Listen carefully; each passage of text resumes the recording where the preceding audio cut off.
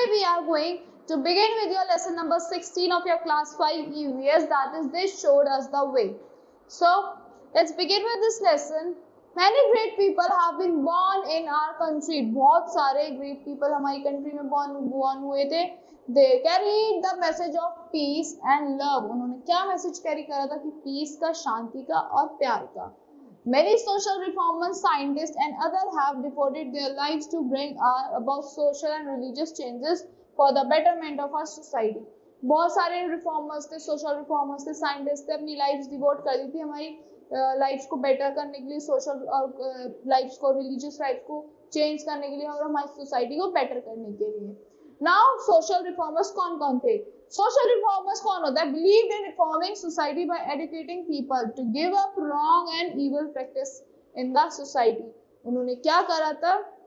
वो बिलीव करते थे रिफॉर्म करने में, इंडिया को, हमारी सोसाइटी को एडुकेट करके, हमारी पूरी सोसाइटी को पढ़ाकर और जो रॉन्ग प्रैक्टिसेस थी उनको बंद करने के लिए और इविल प्रैक्टिसेस को स्टॉप करने के लिए हमारी सोसाइटी से. Kabir is one of the greatest saint poet of India. ये कौन थे ग्रेटेस्ट सेंट पोएट थे हमारे इंडिया के? He preach that people of all caste and religious are equal. उन्होंने प्रीच किया था कि जो सारे पीपल थे हमारी सारी कास्ट के और हर रिलीजन के सब इक्वल है, सब बराबर है. He spread the message of love and brotherhood throughout bhajans and dohas. उन्होंने लव और ब्रदरहुड के मैसेजेस पूरी कंट्री में स्प्रेड करे थे. कैसे? लव अपने भजन्स के थ्रू, अपने दोहास के through. Now Raja Ram Mohan Roy. This is the picture of Raja Ram Mohan Roy, born in 1772 in Bengal. Raja Ram Mohan Roy was a religious, educational and social reformer. वो क्या थे? राजा राम मोहन रॉय रिलीजियस थे, एजुकेशनल थे और सोशल रिफॉर्मर थे. He is best known for his efforts to abolish the practice of sati. उन्होंने क्या एक प्रैक्टिस थी सती की, वो उन्होंने बिल्कुल एबॉलिश कर दी थी हमारे इंडिया से. That is burning of women alive on the funeral pyre of their dead husband. इसमें क्या होता कि था, जब किसी वुमेन का हस्बैंड की डेथ हो जाती थी तो वुमेन को भी बर्न होना पड़ता था उनकी डेड बॉडी के साथ. He was against caste system and child marriage. वो child marriage के भी against थे और caste system के भी against थे. He wanted girls to be educated and hence opened various schools for them. वो चाहते थे कि girls क्या हो, educate हो और बहुत सारे schools भी open करे थे उन्होंने. He demanded that women should also get an equal share in the family property and money. उन्होंने ये भी डिमांड करा था कि वुमेन जो है, हमारे लेडीज है, सबको इक्वल शेयर मिलना चाहिए प्रॉपर्टी में और मनी में, हमारी जो भी होता है. Regarded as the father of Indian resilience, he founded ब्रह्मो समाज. उन्होंने क्या फाउंड करा था? ब्रह्मो समाज फाउंड किया था. Now ईश्वर चंद्र विद्यासागर कौन थे? This is the picture of Ishwar Chandra Vidyasagar.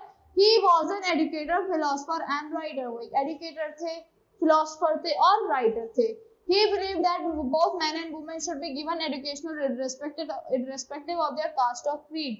वो चाहते थे कि वुमेन और मैन को मतलब इक्वली पढ़ाना चाहिए, चाहे उनकी कास्ट कुछ भी हो, चाहे उनका कल्चर कुछ भी हो, चाहे उनकी क्रीड कुछ भी हो. वो चाहते थे कि दोनों को इक्वल एजुकेशन मिले. He fought women's right. वो किसके लिए लड़े थे? वुमेन्स की राइट के लिए लड़े थे. He supported widow remarriage because of his efforts. The Hindu Widows Remarriage Act was passed on 25th July 1856. उन्होंने सपोर्ट करा था विडो रीमैरिज का, जिनकी कम एज में किसी लेडी के हस्बैंड की डेथ हो जाती है तो उन्होंने विडो रीमैरिज को सपोर्ट करा था. कि फिर एक एक्ट पास हुआ था 25 जुलाई 1856 में कि फिर से विडो शादी कर सकती हैं. Dayanand Saraswati ji. He was born in 1824 and founded the Arya Samaj. वो कब बॉर्न हुए थे? 1824 में बॉर्न हुए थे और उन्होंने आर्य समाज को फाउंड करा था. और society of nobles in 1875. He was against caste system. वो कास्ट सिस्टम के बिल्कुल अगेंस्ट थे. Child marriage, idol worship and Indian animal sacrifices के भी बिल्कुल अगेंस्ट थे. He fought for equal rights for women and their right to education. वो किसके लिए फॉट करे थे? तो वुमेन्स को इक्वल राइट मिले और राइट टू एजुकेशन मिले. He worked for abolition of untouchability, sati and the dowry system. उन्होंने डाउरी सिस्टम, दहेज प्रथा के अगेंस्ट भी फॉट करा था, अनटचेबिलिटी के अगेंस्ट भी, सती के अगेंस्ट भी. So he wanted Hindi to be made the national language, so he translated the Vedas from Sanskrit to Hindi so that all can be read easily.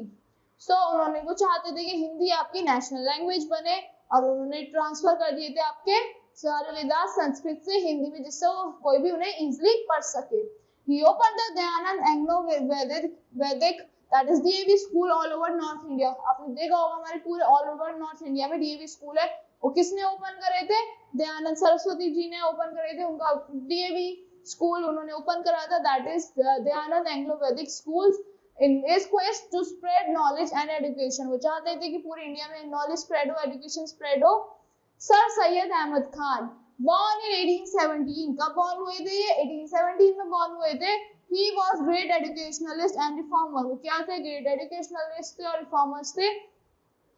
He worked for the progress of Muslim in India। वो उन्होंने जो हमारे India में मुस्लिम थे उनकी progress के लिए work करा था। He wanted them to get modern education। वो चाहते थे कि मॉडर्न एजुकेशन मिले। He found the Mohammedan Anglo Oriental College। उन्होंने क्या फाउंड करा था? Mohammedan Anglo oriental college open करा था, which later became Aligarh Muslim University AMU। So he also worked for the better status for women by discouraging पर्दा system and early marriage. उन्होंने क्या करा था? वो उन्होंने वर्क करा था बेटर स्टेटस के लिए, वुमेन्स के लिए डिस्करेज करके पर्दा सिस्टम को और अर्ली मैरिजेस को, जो जल्दी शादी होती थी और जो पर्दा सिस्टम था उसके लिए उनको बिल्कुल डिस्करेज कर दिया था। Now scientist, mathematics, astronomy and medical science was highly developed in India. जो मैथमेटिक्स थी, एस्ट्रोनॉमी थी और मेडिकल साइंस थी, हाईली डेवलप हो गई थी हमारे इंडिया में। The Indians developed the concept of zero, the number from 1 to 10। Indians ने कॉन्सेप्ट डेवलप करा था जीरो का, जो नंबर था 1 से 10 तक, decimal system and the study of stars and solar system.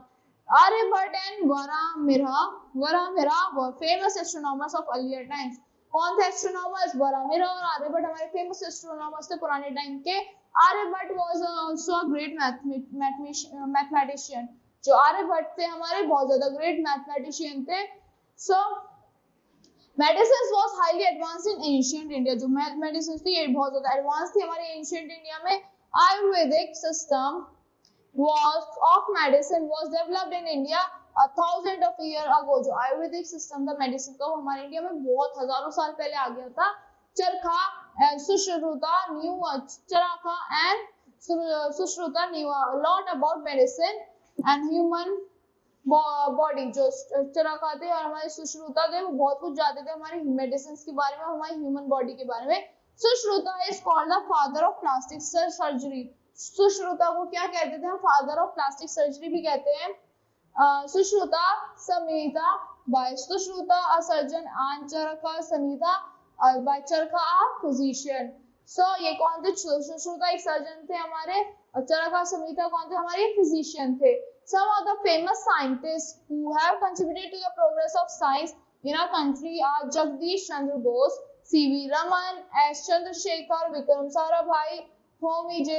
Bhabha and APJ Abdul Kalam। क्या थे? हमारे फेमस साइंटिस्ट जिन्होंने कंट्रीब्यूट करा था प्रोग्रेस में हमारी साइंस में इंडिया हमारी कंट्री में।